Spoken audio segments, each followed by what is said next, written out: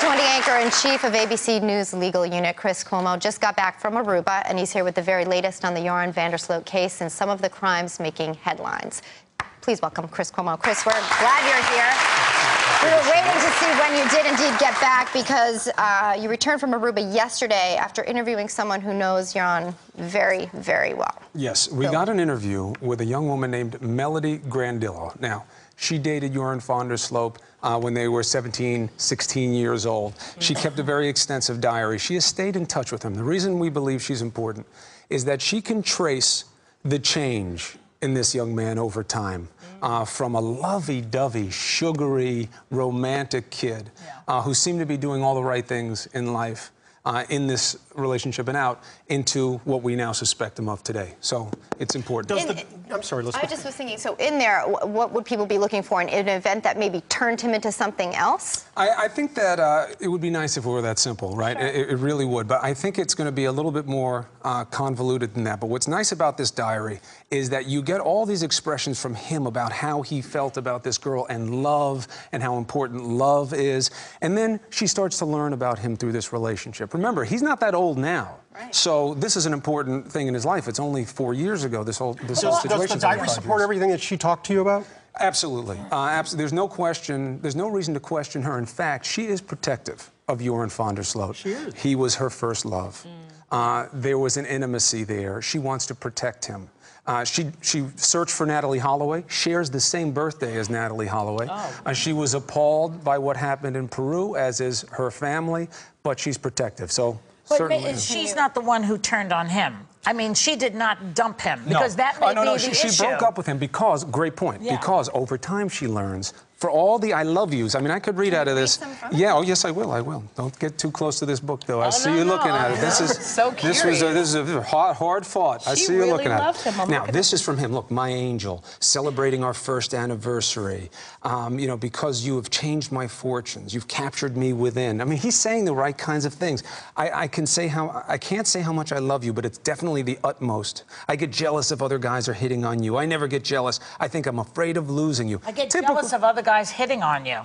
Okay, but that's teenage stuff. I mean, do you have anything that shows when he's flipped? No, but here's the interesting thing. In here, you'd see no evidence of that, but then what does she learn? When he writes his book, he writes a book, Joran van der Sloot wrote a book, comes out, names her by name, and says, I was cheating on her the whole time. Yes, all these different women. A case. She confronts him, and she sees in him, even at that young age, and developing over time, he will not admit that he's wrong. And the way that he lies, she saw it again in the interview that we did with him. And when she started to see how he was talking about Natalie Holloway and changing his story, it was what she reminisced happened just when she confronted him about their own relationship. So this is all like creating, understanding his character and how that could contribute to his actions. Because I think the temptation is absolutely, Elizabeth, because we don't want to make him a celebrity, okay? All of these allegations are appalling and horrible. What we do want to do is figure out, how does someone who has given everything, who's given the best, turn into the worst? Chris, help me with some of the basics here.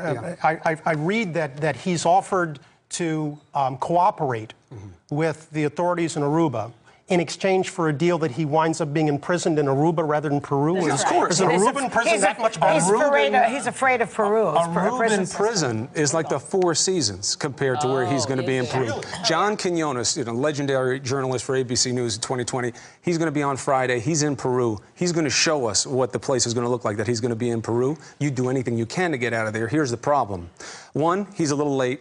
Two, he's going to have to deal with what he did in Peru first. No country is going to give somebody up for a homicide count so that they can go deal with another one somewhere else. He has no leverage. I think he has very little leverage. You actually sat, not just with his first girlfriend or their relationship there, but you actually sat with Joran twice, right? What did you think of him? He was lying. And You just got that immediately. You know, he said he was lying. When we sat down, somebody said all crimes begin with a lie. You know, very often. Look, I think... Why do I say the word sociopath? Because I believe over time we see with this kid that he doesn't want to play by the normal rules, and when pushed, he tries to lie his way out of it. The reason that this young woman is important to me is that she seems to understand that process. She saw it herself firsthand. When I interviewed him, what troubled me from a human perspective was the kid never seemed to have the right amount of sympathy for the victim.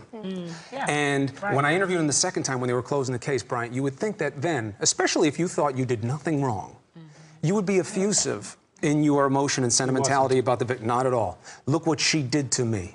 How would you feel if you saw that Natalie wound up being found and it wasn't you? I'd hate her.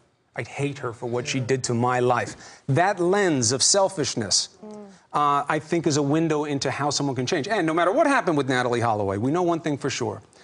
That situation made him an outcast, made him see himself as one, and start to live a very dark lifestyle. Chris, do you ever think that Joran Vandersloot is ever going to tell the truth about Natalie? Do you think? I think it'd be very hard. It is. Many experts will tell you that he may not even know the truth anymore. That he has twisted it so in his own mind that he may not know. That he's... Yes, but I'll tell you, we got very fortunate. We worked with Peter de Vries, the Dutch crime reporter, in that setup sting on him in that car.